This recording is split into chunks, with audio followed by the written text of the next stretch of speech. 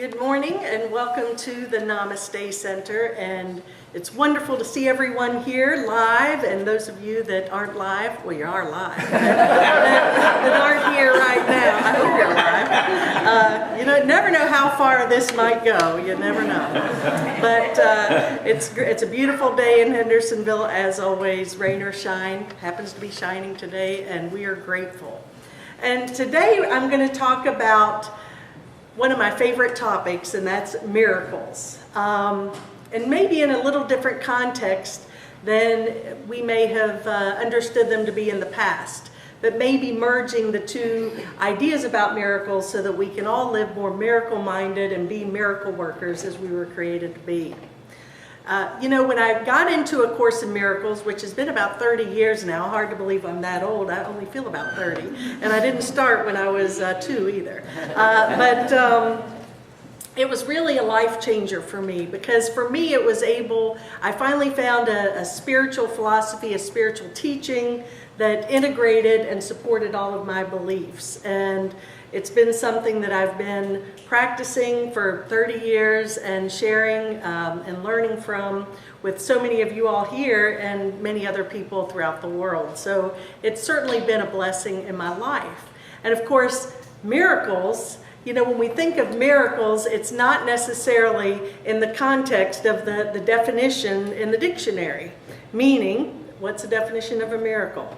Well, it's an extraordinary event manifesting divine intervention in human affairs, or an extremely outstanding or unusual event or accomplishments. In Christian Science, it says it's a divinely natural phenomenon experienced humanly as a fulfillment of spiritual law. And I like that one a lot. But here's a few examples of miracles. She believed that God had given her the power to work miracles. It would take a miracle for this team to win. Or the miracle of someone's recovery. These days, thanks to the miracle of television, we can watch events happening on the other side of the world. I don't know, life was a little more peaceful before we watched those events on the other side of the world. That's another story. But some of those are, what we deem as miracles. And certainly those are what I would call worldly or earthly miracles. But these are, and they're good. They're really good. It's a miracle when we see great things happen. And as the Christian Science definition says, a divinely natural phenomenon experienced humanly as a fulfillment of spiritual law. Because when we're living by spiritual law, life becomes a miracle. But from A Course in Miracles context, it's a little different. But before I go into that, who's experienced a miracle, maybe a worldly miracle, that they'd like to share? Something that was wonderful in your life. Anyone want to? Yes, Suka. David.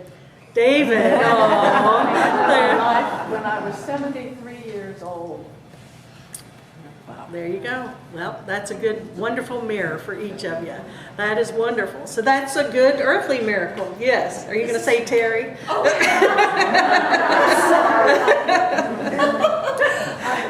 Anyway, another time. Mine's even more worldly than that. I was worldly than me. Anyway, I thought I was at a place of real scarcity in my life. And I was starting to get a little nervous, which doesn't usually happen to me around that stuff. But I happened to have to go into my files to look for something, a will or something. And in the back of the box is this paper, and it says, CD, $30,000. And I thought, nah, this is a mistake. I don't have a CD for $30,000. So I called the bank and I said, maybe this is out of date and I just didn't turn it in and blah, blah, blah. It was real. There you go. I had no idea how it got there, when I did it, Yep. or any of that. For me, that was a huge miracle. That's wonderful. That is a wonderful earthly miracle too. Yes.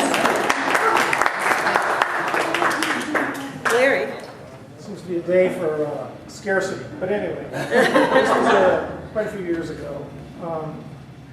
We were living in a campground, and in a campground you pay by the month or by the quarter. We were down to a month.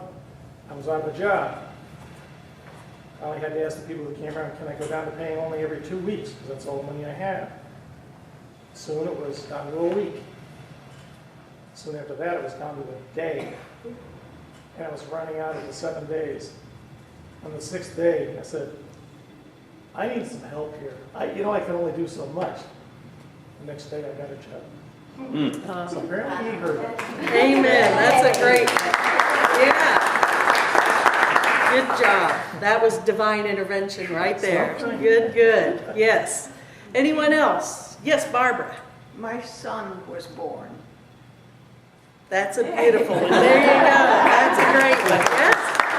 And I think that everybody who's been a mother can relate to the miracle of childbirth. I don't have that miracle experience, but I have puppies, and they're miracles to me. Yeah, that's right. Yes, you My daughter had puppies. Your daughter, indeed. Well, see, there you go. So all these blessings, and these are great things. And I mean, life is here. We're here to enjoy life and be in the flow of life, and that's all good. But sometimes we put so much emphasis on the external, and we get all wrapped up in it that we forget that life itself is a miracle, and to recognize the little miracles that occur every instant. All expressions of love are a miracle, for example. Of course, in Miracles, the simple definition of a miracle is a shift in perception, meaning that when I was in judgment or fear, just by changing my mind about it, a miracle has occurred. So I've chosen to let the spirit within me, the love within me, to be my way shower rather than fear and conditions. And we're so programmed, I think, to operate our life based on conditions. It's like, well, I'd like to do this or have this, but the conditions in my life will never allow for that to happen. So the miracle there would be to let go of all the stinking thinking, all those conditions in our life, all these past fears, and just be willing to open up to the real miracle. Well, in the Course in Miracles, the very first chapter is the meaning of miracles. And there's 50 miracle principles. Now, I'm not going to go through all 50 today, just 49. No, but we didn't have time for the 50th. But no, but it's it goes through, and each of them is very powerful. And you could spend hours on each one if you chose to. But I picked out a few that I thought would be meaningful for each and every one of us, and hopefully bring us a little more into the miracle mindedness and the miracles that are unseen, that are beyond the physical expression that we're always looking for to change for that miracle. Certainly nothing wrong with those nice miracles that life brings us, the kids, the money, the job, the relationships. But these are miracles, I think, that we can all tune into at any moment.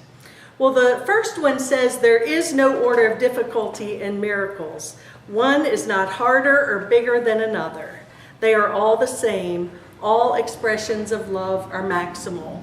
Well, this is actually one of my favorite ones because, again, based on when we're in condition-based thinking, we're always looking at our conditions and saying, well, I've got this condition, I have no money, no job, no means of getting any, it doesn't look like, so I attach to that. Or I've been diagnosed with this illness, or all my money is gone, whatever it is. And so what happens is we're giving into the condition rather than the infinite power of the universe, of spirit, of God.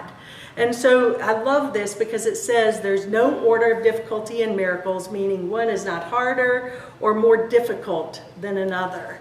So we really have to be willing to let go of our judgment, put our faith and trust in spirit where there is no limit. And then we're making space for the miracle. Because in A Course in Miracles and many other philosophies and spiritual teachings, it's really about training our mind to think differently.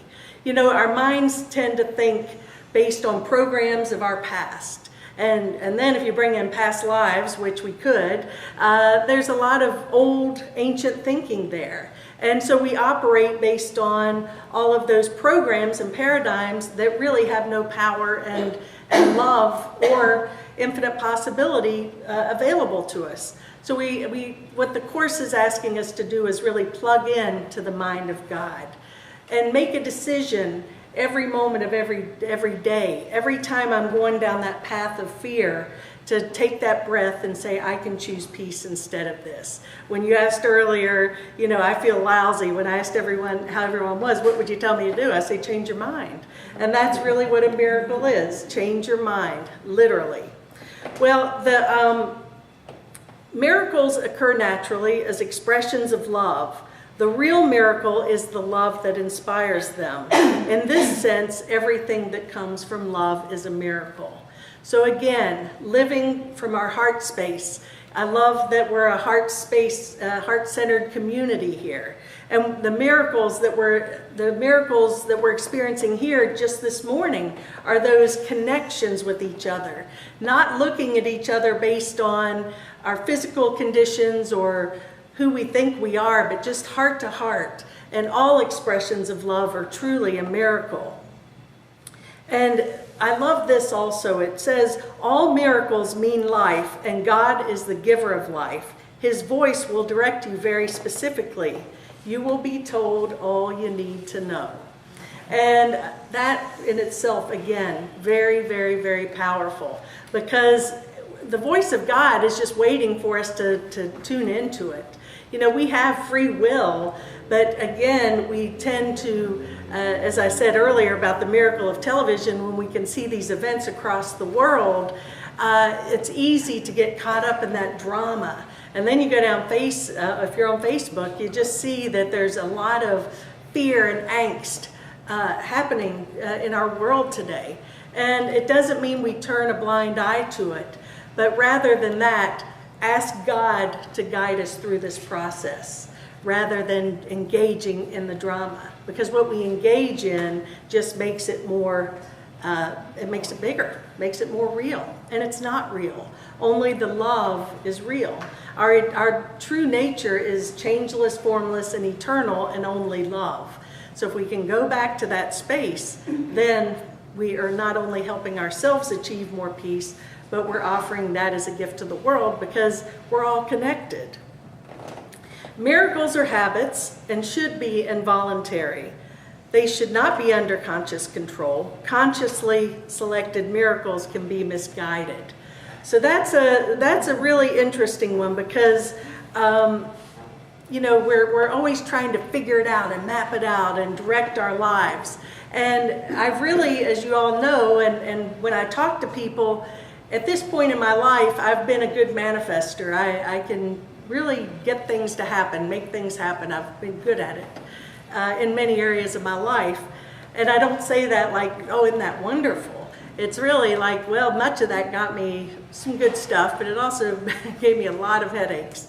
And so now I have no idea what my future holds, truly. I have no idea what I want.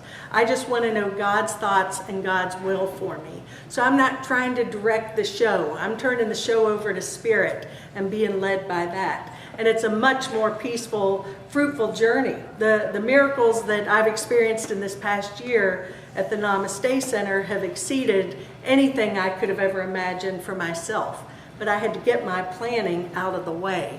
Course in Miracles also says a healed mind doesn't plan.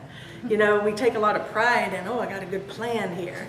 But a healed mind is really in total surrender mode and willing to just listen to that still small voice and be led by it.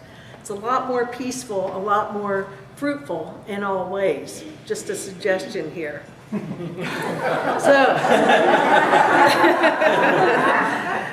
and I love this. Miracles are natural. When they do not occur, something has gone wrong. Miracles are our natural birthright. That's our gift from Spirit. But we got to get ourselves out of the way. So if we're not achieving miracles, something's gone wrong. And what's gone wrong is I'm giving too much energy and thought to what's going wrong, okay? So focus on, Spirit. There's idea in the Course that says the strangest belief that the ego has ever made is that our will and God's will are somehow separate.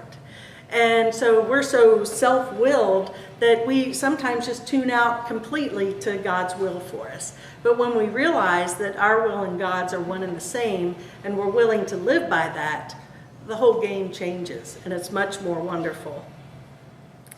Miracles are everyone's right, but purification is necessary first. And what that's really saying to us is, yes, it's our birthright.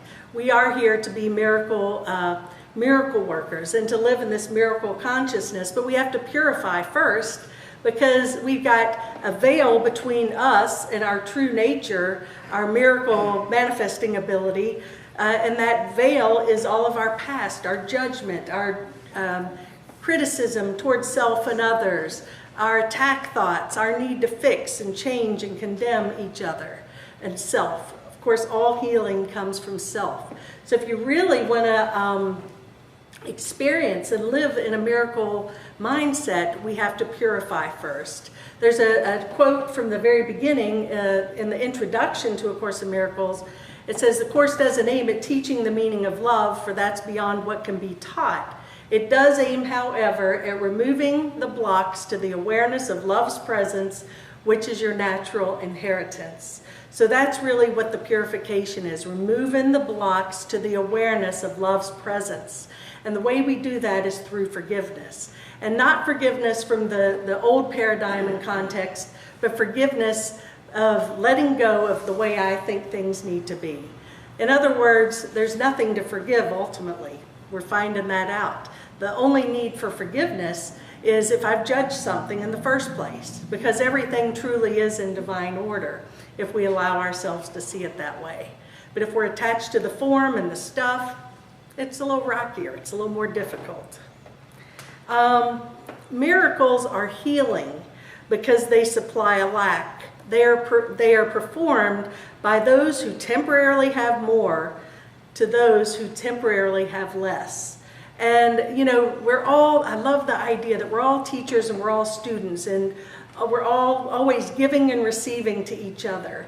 So, you know, a lot of times if I say, oh, I'm going to give you this, but that means I'll have less for me, then we're not getting it. Because a gift to our brother is a gift to ourselves, because we are our brother. We truly are all one. So it's up to us who temporarily seem to have more. Say to yourself, how can I use my blessings and my gifts to be of greater service to the world? You know, give everything to Spirit to be used. And there is no such thing as lack or loss. Another great quote from the Course, it says, "Loss is never loss when properly perceived." Again, boils back to attachment to form. Miracles are a kind of exchange. Like all expressions of love, which are always miraculous, in the true sense, exchange reverses the physical laws. They bring more love to both the giver and the receiver. So again, that flow of exchange, giving and receiving are one in truth. So be open to that. There is no lack or limit in spirit, and that is who we are in truth. And it's about that exchange and circle of life and knowing that we're one with all things. Now I like this one because, you know, sometimes our ego minds, well, I need proof on this. I need to see something. And how often are we razzled and dazzled by someone who can do these really cool spiritual things, and they seem to have spiritual gifts, which is neat. I mean, it's fun. But it says the use of miracles as spectacles to induce belief is a misunderstanding of their purpose. So, you know, if we're looking for, you know, someone to walk on water or part the sea, which is really cool, that would be fun. But that would be fun to see, no doubt, you know. But that's not the miracles that this speaks of. And it says if we're looking for that, we're misunderstanding their purpose. Miracles transcend the body. They're sudden shifts into invisibility away from the body level. That's how they heal. Because again, we put all of our focus on this, as Gary Renard says, this meat bag that we think is real, and we got to fix it, and we're always doing this and that. And certainly it's a body to be taken care of. It's our temple for the time we're here in this experience. But it's about transcending the body And when we do that, we're really allowing Spirit to enter every cell of our being. And that's when we're purifying and really create a space for pure healing. A miracle is a service. It's a maximal service we can render to another. It's a way of loving your brother as yourself, and you recognize your own and your neighbor's worth simultaneously. And it is, again, realizing that we all have value, and that we recognize that we see our brother as ourself. I was very good friends and with a woman who was a Hindu guru, Ma Jaya, and she worked with the lowest of the low, just people that were dealing with AIDS, and she used to go to Africa and go to the orphanages and really, the people that some people would call throwaway people. And she would always say there's no such thing as a throwaway person. And we have to understand that we all, in the eyes of God, are equal. We're all one. There's no one better or worse than the other. We think that if I accomplish this or get this money or get this job or this position, that's going to make me better. And the Course and other teachings say there's nothing we can do to change God's mind about us. It's already done. We're already perfect. There's nothing we need to do to change it. Does it mean we don't aspire to have goals? Certainly, it's great to have goals and create things, because I believe our function and our purpose in this body while we're here is to extend love and to be led by Spirit. So we're here to give and receive from each other and to awaken from the dream of fear and separation. And miracles are natural signs of forgiveness. Through miracles, you accept God's forgiveness by extending it to others. And then again, forgiveness is really, the Course says, our only function is forgiveness. And the way we accept God's forgiveness is to offer it to others. Now, if we get back to the core, we purify ourselves. At the core of our being, we are all that light of God. And again, the Course says that we don't need to ask God for forgiveness because God's never judged us. So if we're going to manifest the Spirit of God in who we are and awaken to that, there's no place for judgment. Judgment's a big veil. If you want to live as a miracle worker, we have to be willing to forgive everyone and everything, and first ourselves. Because if we truly, I love the quote also that says, those who see themselves as whole make no demands. So if I really was healed, I wouldn't need to forgive anybody, because it wouldn't really matter. All those people that are pushing my buttons and upsetting me is a mirror. They're holding up a mirror to my face of an unhealed aspect of myself, period. That's what they're doing. And like it or not, that's the way it goes.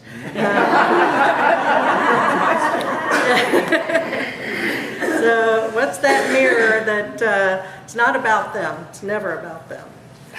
Miracles are associated with fear only because of the belief that darkness can hide. You believe what your physical eyes cannot see does not exist. This leads to a denial of spiritual sight. So it's kind of like I'll believe it when I see it. Well, Wayne Dyer wrote a book, You'll See It When You Believe It. Same idea.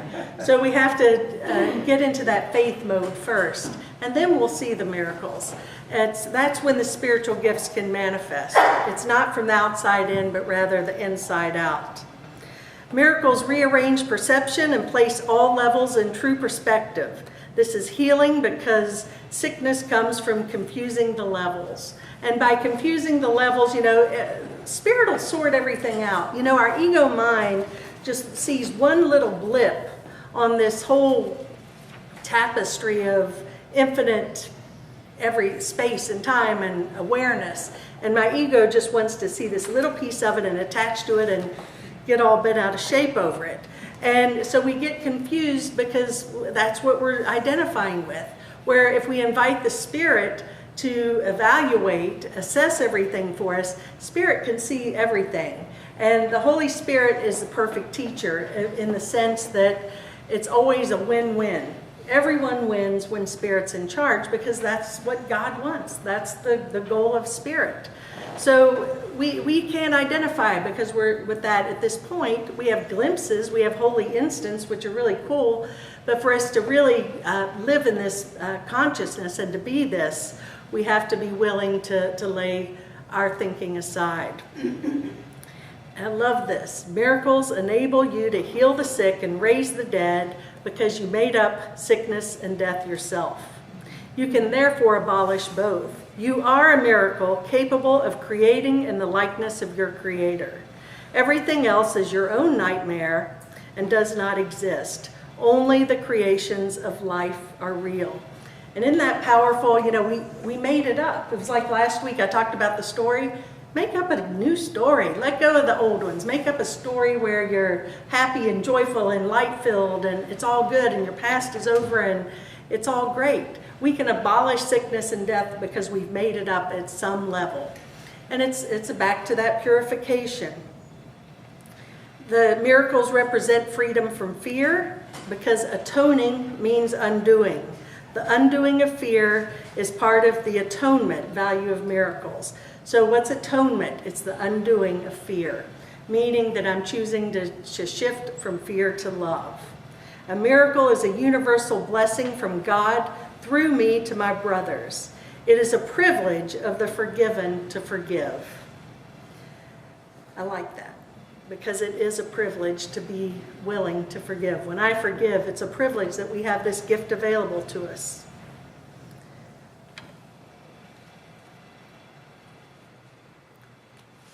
Miracles represent freedom from fear. And when we're in this place of fear and we seem stuck there. You know, some people seem more stuck than others. But it's only a decision away. The Course says heaven and hell are states of mind, and we can get out of our mind of hell into heaven in an instant. It's a decision. So as we do this, and recognize it's a privilege and an honor for us to really be able to tap into this. And it's a privilege for me to be able to experience this with each and every person here today and every week, because miracles are our birthright. And when miracles don't occur, something's gone wrong.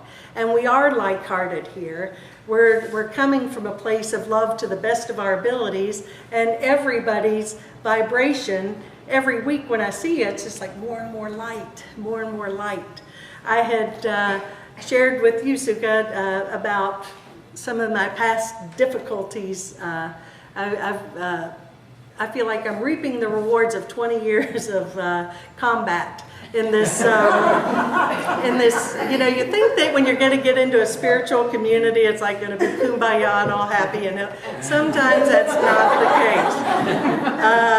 Yeah, and it's been, some of the lessons have been huge, but I recognize that, you know, they were all mirrors. These past things that happened were blessings and mirrors to where I was unhealed. And when I was sharing with Sukha that, boy, it's such a nice community, it's such a blessed community, and we all get along, we love each other, and it seems like the battleground, we've risen above the battleground, and it's great. And so I really think your response was very kind, but I take it not from ego, but I think I've done a lot of healing on myself and have attracted like-hearted people. And that feels wonderful. It's like, well, in that respect, I'm feeling pretty good about myself. And but it also says a lot for each and every one of us here, because we're all like-hearted. We're all attracted to the same place. So it's not just about me. It's about us. We, all of us.